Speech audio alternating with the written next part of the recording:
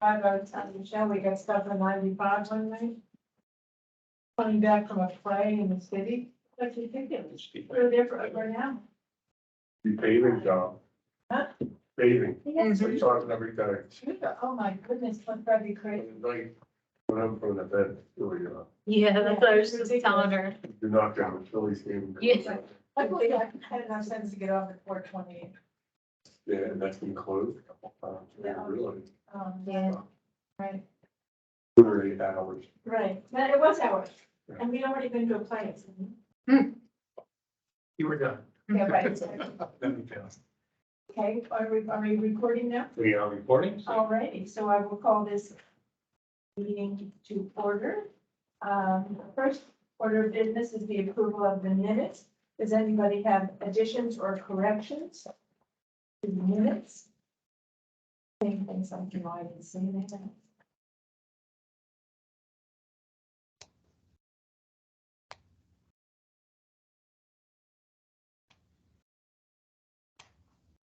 Make a motion to approve the minutes as written. Already, thank you.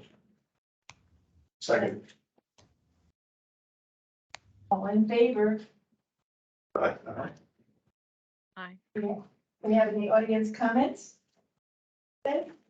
No, I had, well, we had no, public comments, no emails, concerns. It was posted on the website on last Friday. What about correspondence and announcements, the PACD monthly report? I did put that in your packet. We did have, just so everybody, we did have our,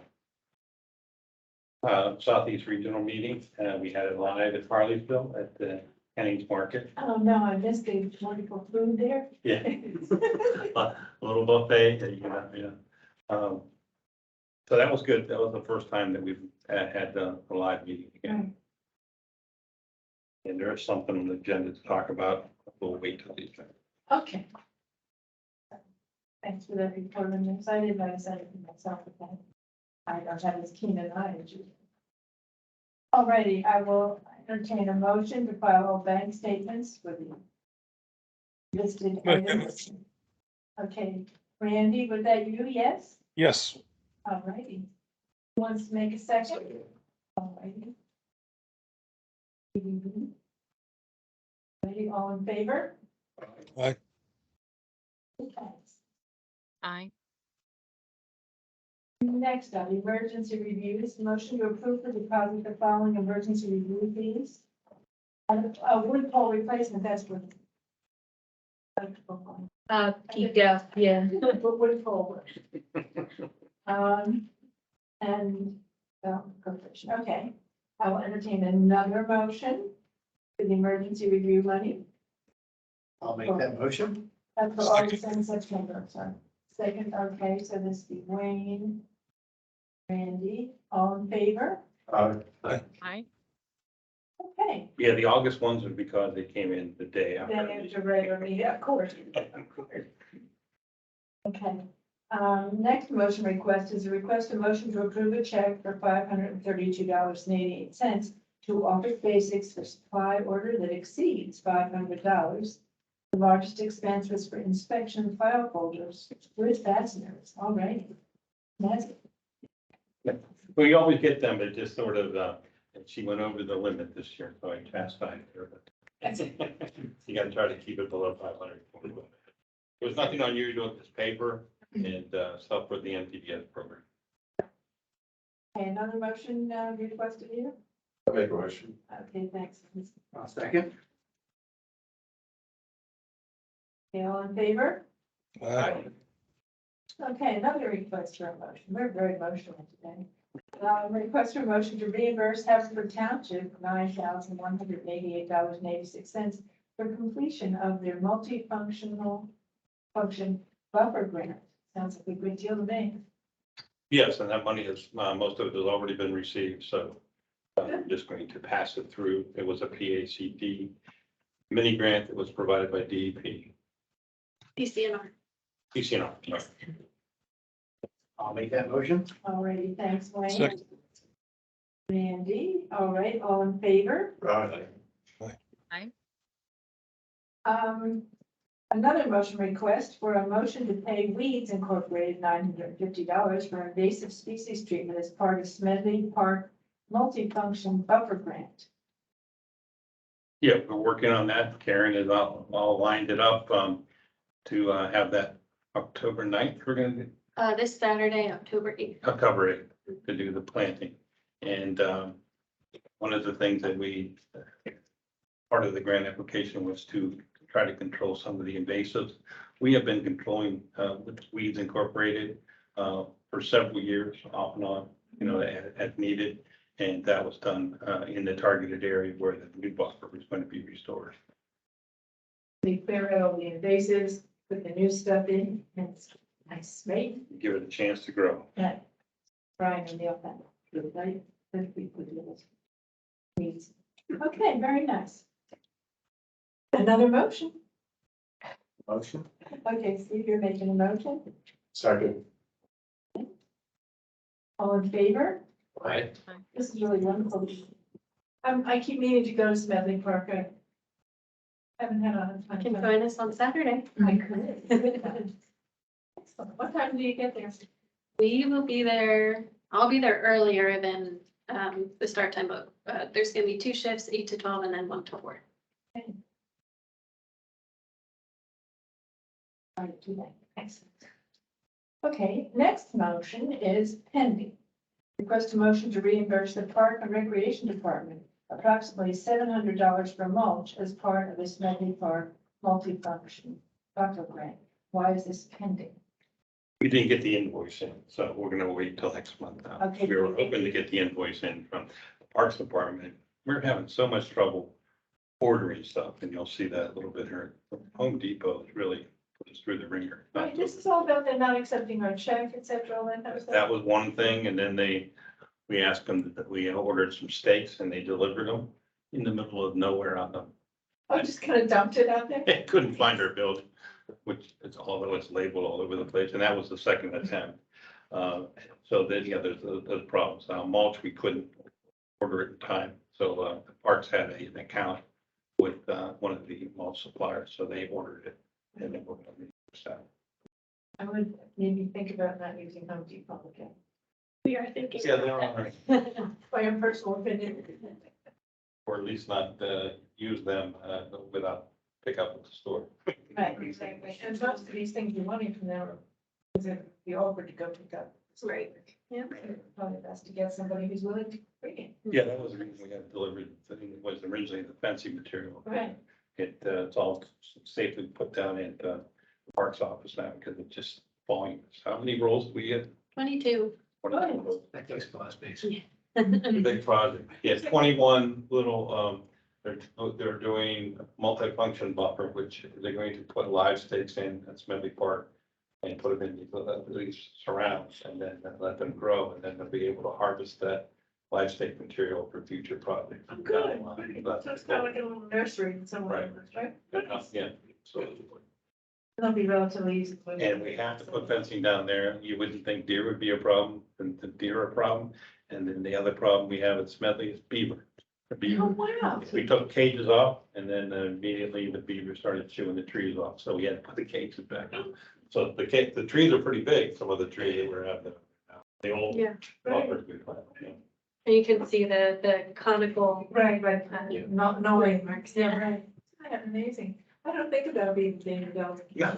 Yeah, Yeah, luckily they don't build a dam, so. right, it's not a good thing. I have to deal with it, see? There's a guy on Ridley Creek Road that has a lot of nice landscape and supplies like Home Depot. It's local guy delivers, Oh, yeah. hires, I mean, if you ever need stuff, he's right. Then you go out of Media on Baltimore Pike, make a left at the treatment plant. Down there on the right, doesn't advertise much. He's got pallets of mulch and silt fence and stakes, and Who is this? Who is it? it's called Hilltop Supply. Oh, Hilltop, okay. It might be nice to do It's that. closer than Home Depot, and it's, it's very easy in and out. Mm-hmm. They load the trucks for you. What'd you say? That's a good, You leave immediate borough, South Riding Creek. down the hill to Ridley Creek Road, there's a,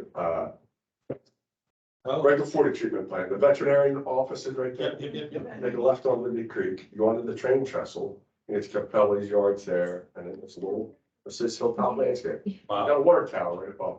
okay. I don't think I've ever seen that. That might be the right thing to do communally also, I think. I mean, he's a local guy that hires all high school kids to load trucks and. That's a good suggestion. Then you get them on the board. Yeah. Well, super version too, but yes, different board member. So we'll take that motion off then. I'll give you his contact. Thanks, sir. Okay, so that's, we're not voting on. The next motion is request for a motion to approve reimbursement to pay for ordered supplies for multifunction buffer project at Smedley Park. This is the makeup thing, right? I never realized how hard it was to spend money.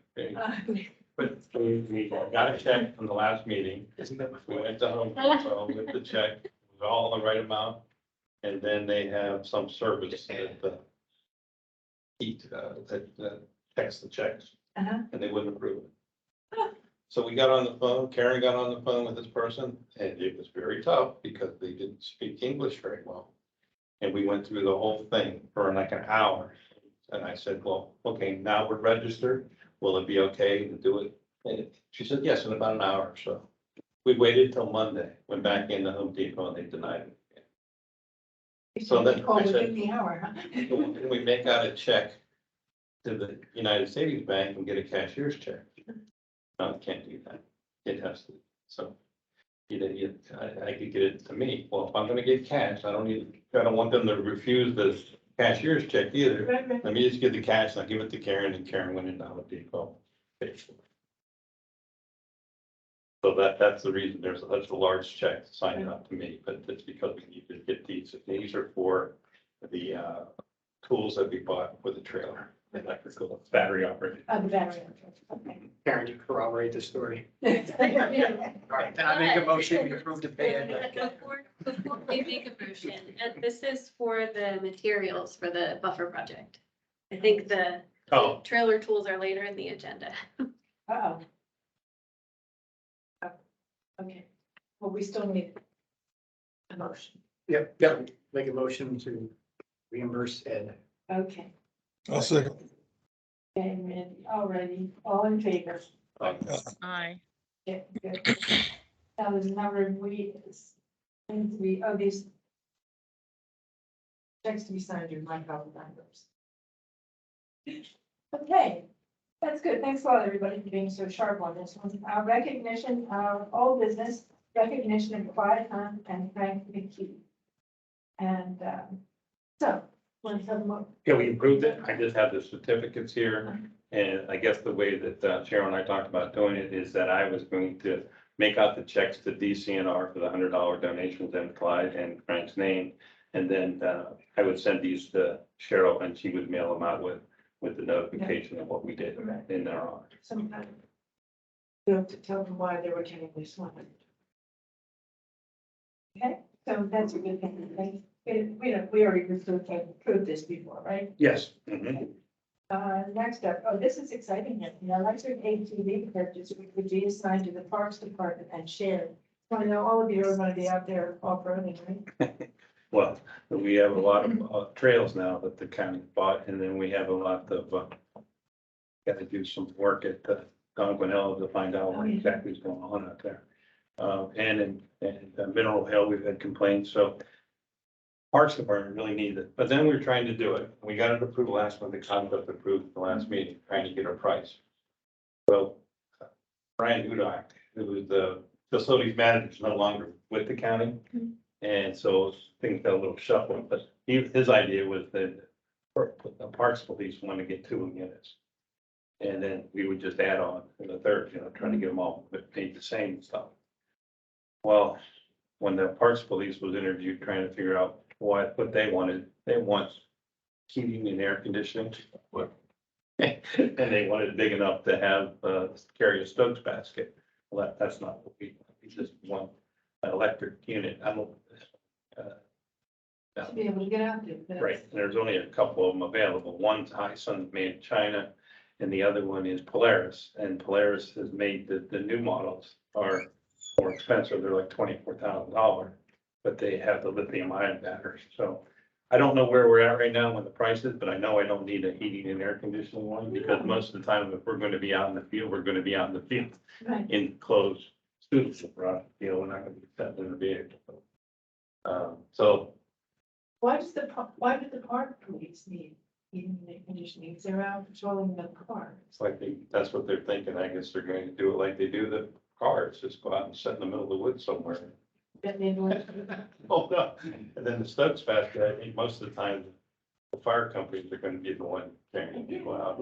I would think, but you can get, for like a $3,000 or $4,000, you can get trade, Stoke basket trade and sliders. So Right. that's not the problem. The heating and air conditioning bumps it up more than a Ford Explorer. Right. The units would cost more than a Ford Explorer. But like I said, These enclosed, I thought they were open air. They're close. no, they want to enclose one, with heating and air conditioning. A little cab on it. Yeah. So they're in the exploratory, so it's gonna delay it a little bit while they find out. Now, it's gonna even be, if they decide to go with the Polaris, which is the long one, I think there's such a high demand for them right now that it's probably gonna be 6 months to order, but we'll see. But I don't know, I talked to, Or someone who's been Well, arrested so many the- times for doing bad things. what I'm reading is that the secondhand ones are just like used vehicles now, the prices. It's just as high. Yeah. just, Oh, please. Let's see what the purchasing department comes up with and see how it falls through, but we're doing it through the county, like we always do. So they're in charge now and they're trying to see whether or not there's a CoStar, so a state contract where they've already bid this type of unit. But I think it's important that we stay with the electric unit, otherwise that takes away some of the incentive for doing it. Right, so that's meaning fire everywhere, right? Mhm. Okay. That's a new business. The Home Depot problem, which has been glanced upon previously. We have any more to say about Yeah, this? that was just the mix up what I did between the two things. We had to order supplies and that's what that check was for. This one here, we just, Cheryl, we voided the first check from Home Depot that we had approved at the last meeting. And Cheryl signed another one to me that I cashed and then that one was being used and it's in the same ballpark as figure. Yep. Yeah. So that one was paid. The other one I put on my credit card. That's what. Okay, gotcha. I really think it'd be a good thing to look into this alternative thing, maybe it's some local. Okay. Does the county have any stipulations about these kinds of things, whether we have to use a giant corporation or? When we do it through the county, comes with their funding, yes, but if we do it through our money, we follow the county protocol, which now we try to get bids on things if it's over $5,000. Good. We may be able to do this. Okay, now, item on QAB, review and approval of recommendations. This is the meeting you just had. Yes. All right. And so we just had a quality assurance board meeting for our low volume road program. We just had an application deadline at the end of September, I believe. And we did receive 2 applications, one from Concord Township at Watkin Avenue for $25,853.70. And another application from Edgemont Township at Forest Lane for $4,617.70. Concord Township is experiencing stormwater runoff issues. There's a newer development up the road on Watkin Ave, and we think that they recently cleared out a stormwater pipe and it's now discharging stormwater as it should be. But that in turn is now causing erosion down along the roadside ditch and causing the road to crumble on, into the ditch and then wash out at the road below. Watkin Ave connects with Route 202. So with the sediment settling at the end of Watkin Ave, it makes it very difficult for cars to pull out of that spot, as I think Michelle has experienced. So there is a buildup of sediment at the end of the road there, and then across the road, the water washing over is causing more erosion on that side. So the Quality Assurance Board voted to recommend that this board fund this project. Edgemont Township is proposing to install inlet debris filter bags at 3 of their inlets on Forest Lane. They actually were awarded a grant from us in spring of 2020. They were one of our first awardees. They made some roadside swale improvements. They stabilized their swale. They also installed a stone infiltration trench. They had proposed to stabilize a swale that went off the right of way that the landowners wouldn't allow that. So they made this change to install these inlet filters, or I'm sorry, these inlets with piping underneath and a stone infiltration trench underneath. So for this grant, they are looking to further enhance that project just by installing inlet filter bags in each of those inlets. The QIB also recommended to the board that we fund this project. However, I should mention that we are figuring out whether they should have paid prevailing wage for the last project, just because of the low volume road program requirements. If a total project cost exceeds $25,000 and the project is contracted out, they are required to pay prevailing wage. However, Edgemont bids out all of their road improvement projects over a 2-year period, so they did not pay prevailing wage. So we're trying to figure out with the Bureau of Labor and Industry whether or not they should have. So their final payment for the previous project is still up in the air. But this project that they applied for is eligible, and it would not fall under prevailing wage. So just so you're all aware of the current prevailing wage. Wait them from coming back again. Well, one of the reasons that, you know, the QAB recommended this project is because they are a returning applicant, and they, Right. even though they did have to change some of their project, they did a good job with the installation of their other project. Everyone, you can. Yeah, thanks. Okay, thank you. Now, any grant revisions? Yeah, before we go into that, do we need a motion for Oh, those wait. approvals, Ed? Yes, Okay. Okay, and then we'll take it from here. Once we get the board approved, then we'll go to county council and have to have them okay. also. So, I make a motion, we approve the low volume QAD rule recommendations for those 2 projects. Second. Second. Thank you. all in favor? Aye. Aye. Now we're going to any grant revisions now? Yes, that will also be Karen. All right. So a couple of months ago, we talked about making some revisions and clarifications to the district's mini grant program. Right now, the program, there's very little paperwork and very little guidelines, and it's meant, you know, to be an easy grant program for people to get started. We award up to $500 for any kind of conservation project in the county. The changes that I made just provide some clarification for eligibility, and it includes some newer groups that are very active in the county. So the changes include a specification that applicants must be located within Delaware County. So we've received a couple applications in the past from organizations based outside of Delaware County for projects within Delaware County. So the way that it's worded now, it says locally based environmental organizations, and that kind of wasn't very clear. So we just specified that those organizations must be based within Delaware County, or the individuals. We included under eligible applicants, municipal environmental advisory councils and shade tree commissions. We also included master watershed stewards and master gardeners of the Delaware County Cooperative Extension. That does not include Penn State Extension as an entity. So that would be the volunteers who have gone through this certification that are eligible. Another change that we made, just again, clarification, is that projects must be located within Delaware County, Pennsylvania. And then the last big change that we made is that salaries, benefits, and overhead costs are not eligible expenses.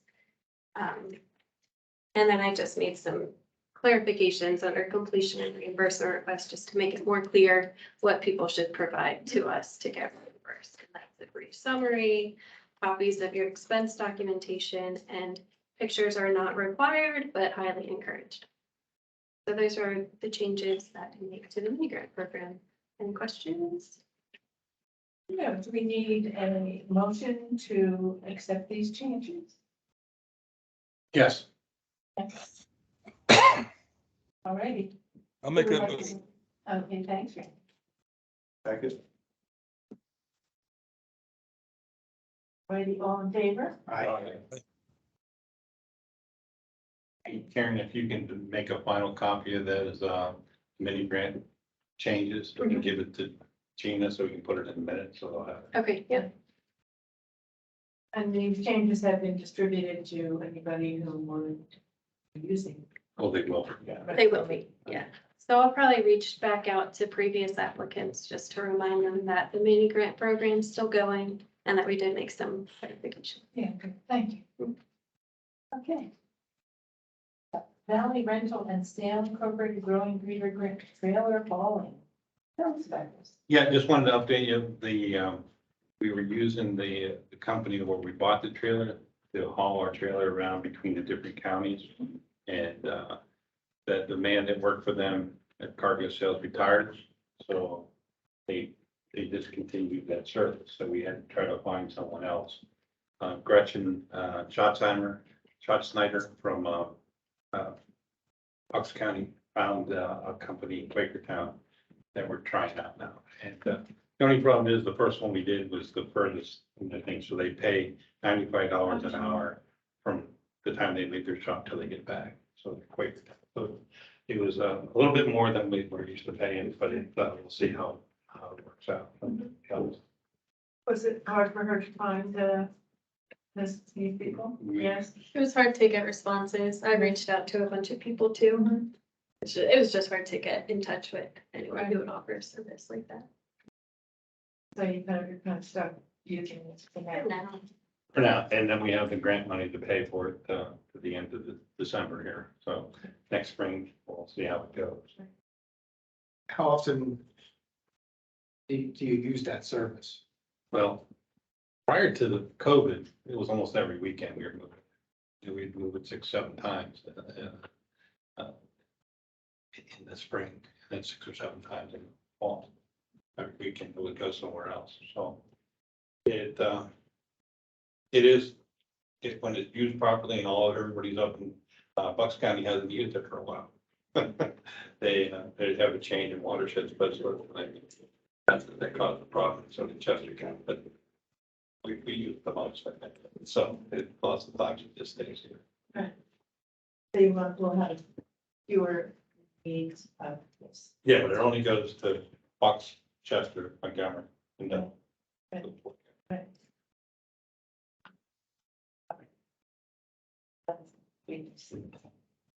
Alrighty.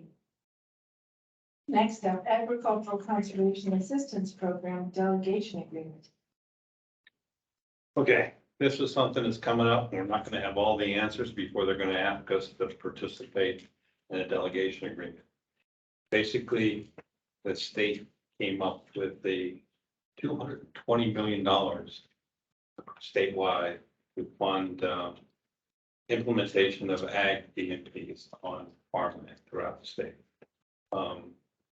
Delaware County qualifies for the minimum. Okay. And that's somebody. Right. So we get that's $300,000. That's what would be available. it's a very tight time frame, and it could continue out into the future. But for all they know now, it's a lot of it comes from the infrastructure money, and I think, so it's not guaranteed that it's gonna continue. But Chester County is getting like over 5 million. Lancaster is getting $14 million. So there's a lot of big money involved and a lot of work that's going to move forward. If Delaware County doesn't sign the agreement, then the State Conservation Commission would have to do the program. So it's not necessarily that if we didn't do it, we wouldn't be eligible for the funding, but the likelihood of them being able to do it is limited on, promoting it. So it's sort of like the low volume road, because the money's going to be there. And if we don't do the delegation, so we look bad, so. The delegation agreement's not out, but it's going to turn around really quick. We had 2 meetings on it now, a webinar, and we also met at the PHCD meeting. I don't know how to recommend at this point, just wanted to make the board aware. So when it does come up, there is money available that we could 14% for technical assistance money from what we get, 6% for administrative money, and then 10% for engineering that was in there. So we could use that money to hire Chester County or even a private consultant to do some of the design work on the project. So we don't have the capabilities in-house to do that. And I did talk to Beth, and I'm going to plan to have a meeting with Beth and Dan Maloser, who's the leader of the ag, once they have a chance to figure out on a large scales, then they can deal with what we're going to have there. What they can provide for us into our act agreement. But it's a good opportunity to have. Beth has said that they don't have many applications for the federal funding is EQIP, and EQIP comes with a 25% match. But we're thinking that we would be able to do it without a match requirement, just to try to help. And in fact, Beth has even said that the NRCS is wondering whether or not that our grant money can be used to match equipment. So if you had people that just set it on the fence because they didn't have enough money to do it, whether they would be enticed by having it. Those are things that are up in the air, but it's got a very tight time frame. All the money has to be committed by the end of 2024 and spent by 2026.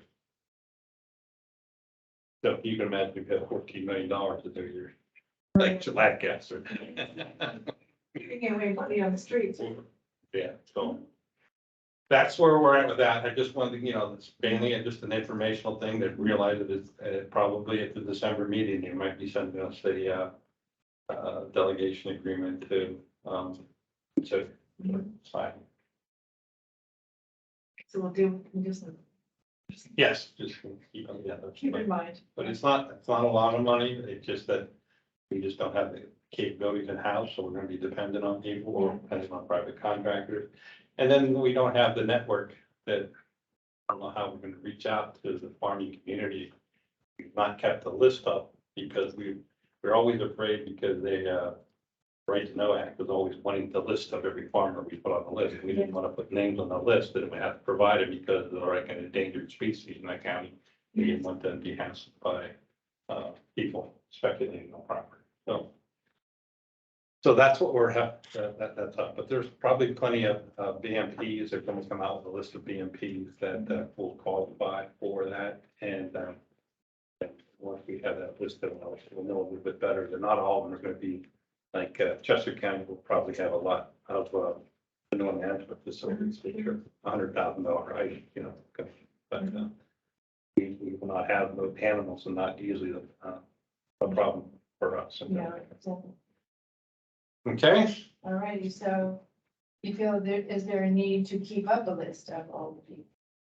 I don't want to do it because the Census of Agriculture doesn't Right. report people anymore because they're just fewer than 100. So it's so what we would collect, and the NRCS is very sensitive about their information. They collect it. Yeah. Interesting, we shall see what happens. Okay, thanks, Ed. Next up, Operating agencies, is that here? No? And Beth could not make it to this part of the meeting. She did come to our QA. Oh, good. Wait to hear from her next. And Linda Mackey, not here either? No, she could not attend today. Oh, okay, so. No, it's wondering what it's. At the PhD meeting, a DEP announced that they are conducting interviews to fill Linda's position. She's been moved up into DEP as the compliance specialist. Thank you, sorry. Next up. Okay. Your report? Yes, I did have a discussion with the Sustainability Commission. I'm going to get on their agenda. I talked to Elaine a little bit. One is to consider that the Sustainability Commission be petition the State Conservation Commission to make them a nominating organization. So we have another group that make nominations. That makes sense. And the other thing was the issue of us changing our board requirement for farming. And we didn't do it before because they were under the impression that if you didn't have farmers on your board, then you could never have farmers on your board. In other words, the definition of public member is anybody's not a farmer. So that was the interpretation.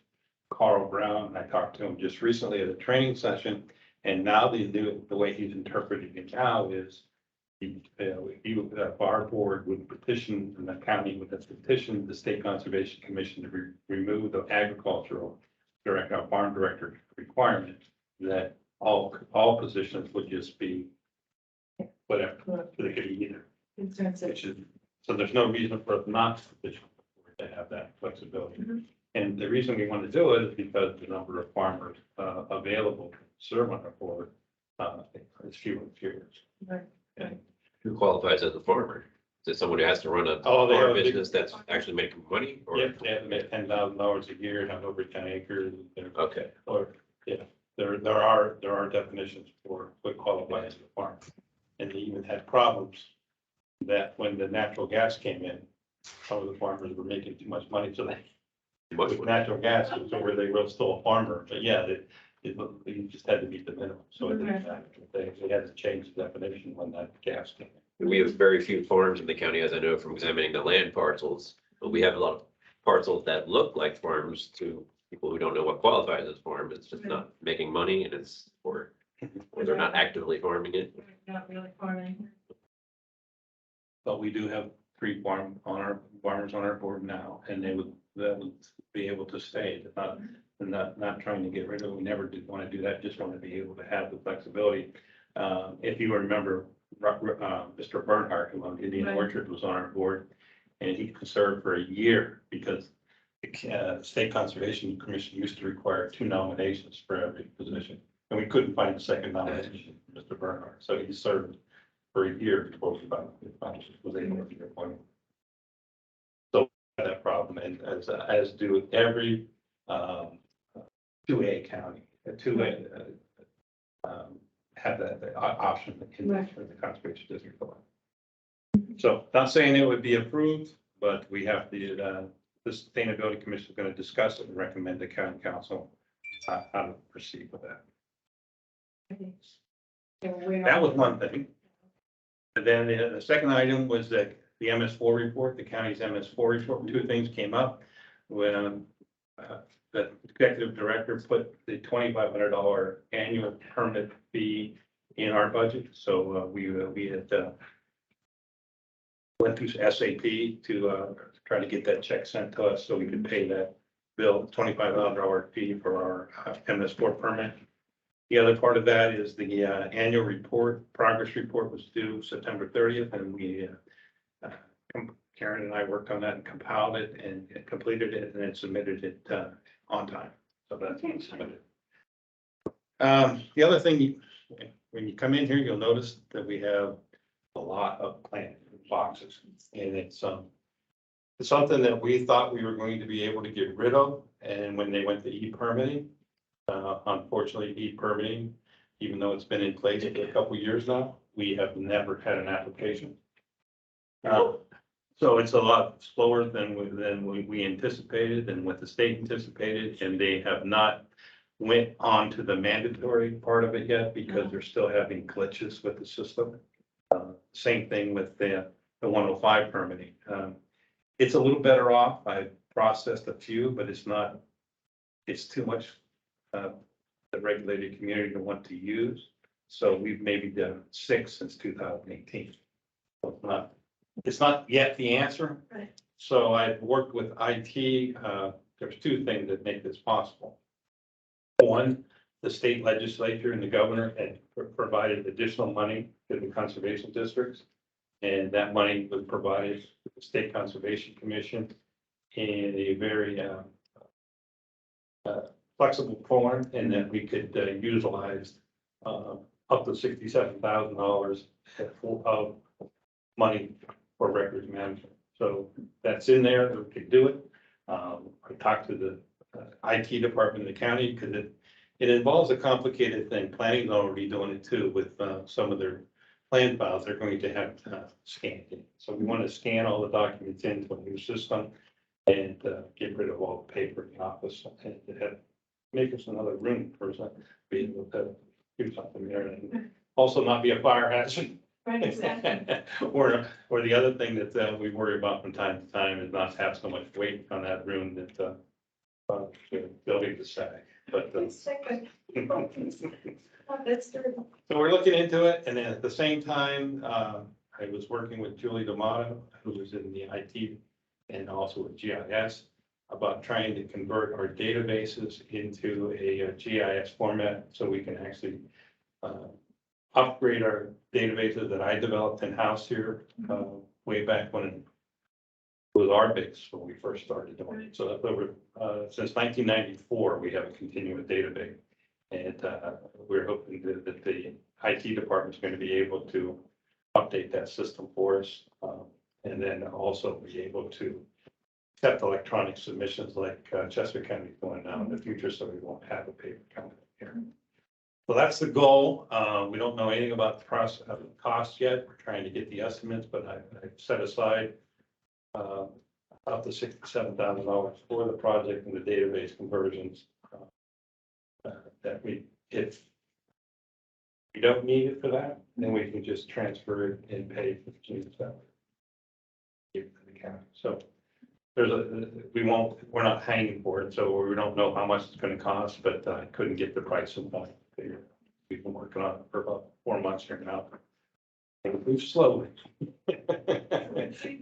So hopefully we'll be able to figure that one out. But I think it's necessary. I think we need to get a handle on this, and I think it will be in the long run. The next part of it will be that when we do this, we're probably going to also have to purchase some type of tablet or system for our field staff to be able to take the plans on a tablet out to the field, so they'll have access to it.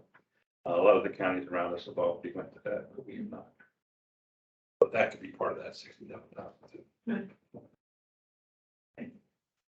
Nothing's a complication. The final thing I just want to report on is the auditor.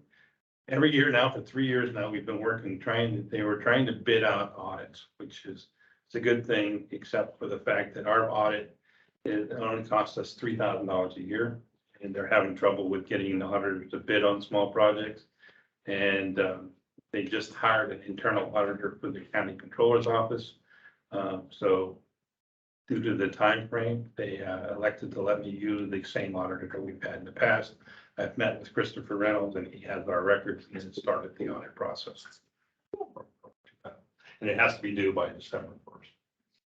So we don't know whether it's going to continue this way or not, because we all may be forced to use this. Yeah, it's kind of we've already had the budget for the audit for next year, but we can't bid it out until next year. So it could be double. That's what other people are paying. So, and it's going to cost us more money to do that because our existing audit is done by someone who knew the county system and is able to blend our two budgets together, our conservation district budget and then the county operating budget we have on in the county system, so they blend them together for it and make the audit account for all the money that we receive.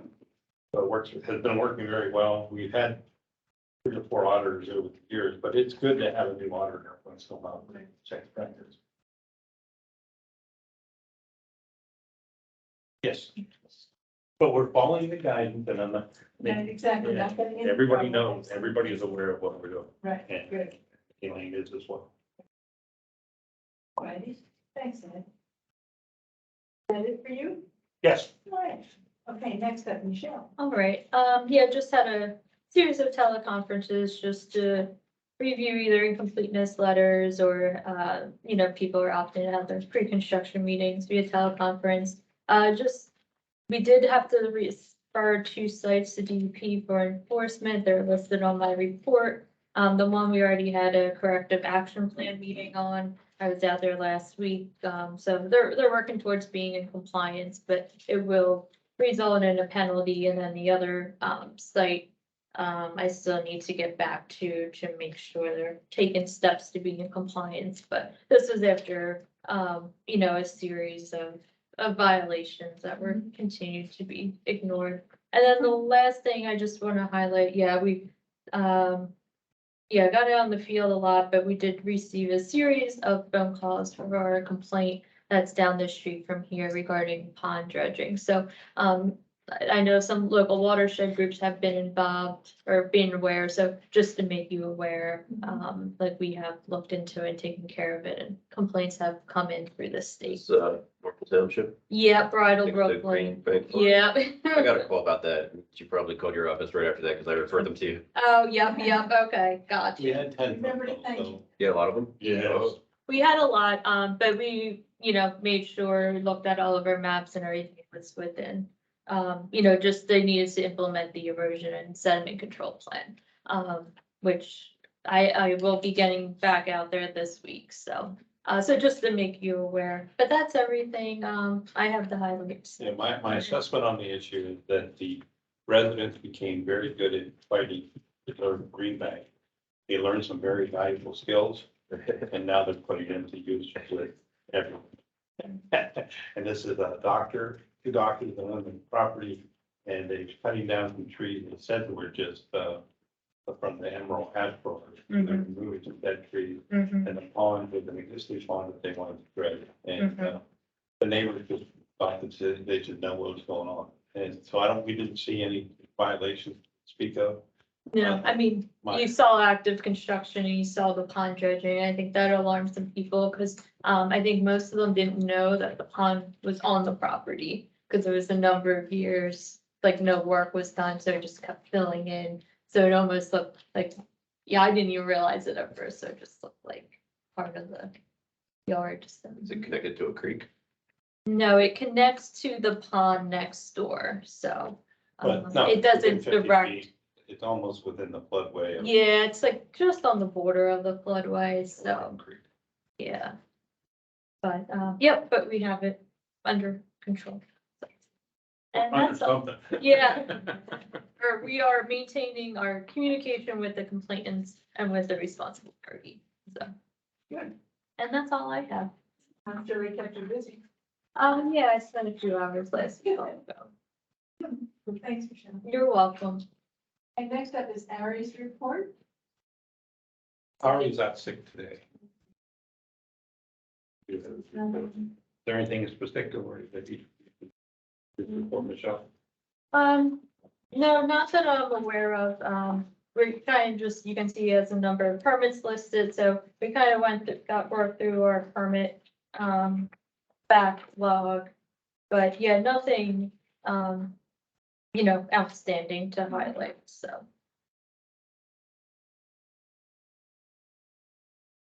Now it's Carmen's turn. That's what he's been wanting.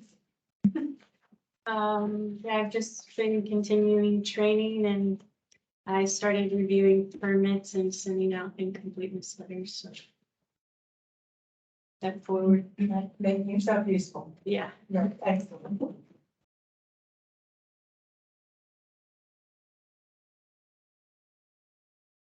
Is that it for you? All right, next up Karen. Yeah, so I've been spending a lot of time coordinating this planting that we have going on Saturday. There's a team of master watershed stewards who are leading the project, as much as they can, and then as the grant administrator, we are also leading the project. So we've been coordinating with them and the master watershed steward coordinator and the parks department. So lots of moving parts, and I'm looking forward to Saturday. Getting it in the. Yeah. But that'll be a good project for future live staking projects as well. I attended the low volume road, or I should say the dirt and gravel and low volume road annual conference last week in State College. So that was the first in-person conference I think that I've been to since COVID. So they do focus pretty heavily on the dirt and gravel part of the program, but they tried to incorporate more low volume road practices into the training, which was definitely appreciated and beneficial for our county. And it was neat to actually have conversations with other districts and see how they run their program. And then I did want to announce that the 2023 Tree Vitalized Watersheds Grant Program is now open. We are accepting applications. The deadline to submit applications to the district is October 31st, I believe, the end of October, whatever weekday that might be. And then I think we've had maybe two phone calls about that program, one from the Upper Darby Tree Tenders and another from actually a private resident in Chester Heights Borough. So hopefully we get some more interest and can come up with a couple good projects in the county. What are the eligibility requirements for that?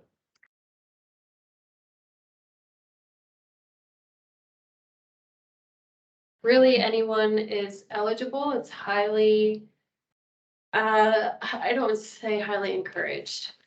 Really, any applicant should, any interested landowner should submit an application through either their township or like a nonprofit So it could be organization. private land? Yeah. But it was like municipalities or 501c3s? Typically, that's who applies. Yeah. Like Parks and Recreation Department, CRC used to be groups are eligible. We've gotten environmental advisory committees, shade tree commissions, so just about anyone. Or if you're a private landowner, do you need like a support of the municipality you're in? You should, Yeah. yeah, that would definitely strengthen the project. So the one call that I got about, it's a private homeowner whose yard backs up to a stream.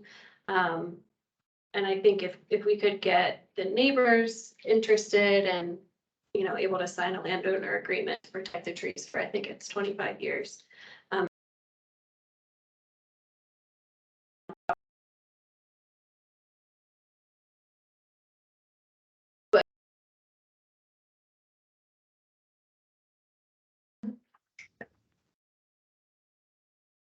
So that is all I wanted to share, unless there's any questions.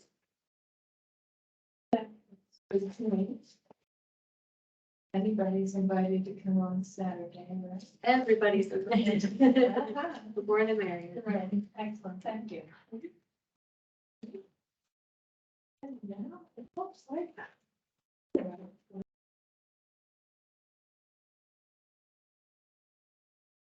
All right. Everybody, all in favor, I'm sure. And our next meeting is November 1st. That's right. Doesn't have to take with election day. It's the first Tuesday after the first Monday. Yeah, it's so weird, so we will be here. Yes, we will be here working. Right. Thank you very much for coming, everybody. I got the clock working again. I know.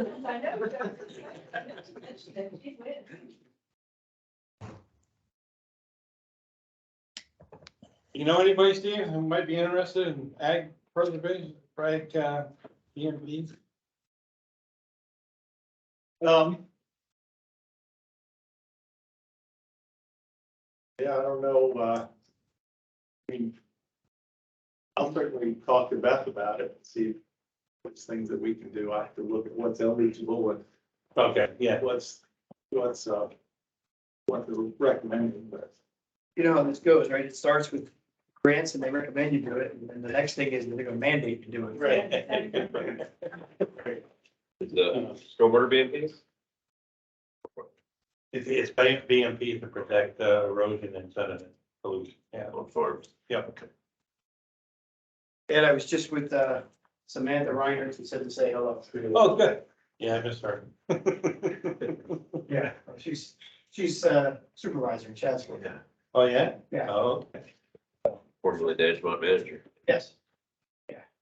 It was interesting to have a supervisor with all that Saw her in May last at municipal experience. the Spring Run Preserve celebration out there. Wonderful to have it. It's- For the most part. Yeah. I can't snow her though, if I'm trying to. But she said to say hello. Thank you. We'll see you. You want to sign these now? All right, thank you. Bye, Steve, thanks. I'll wait until I get them. Okay. I'll bet them. Excellent. Thank you very much. Good meeting. Yeah.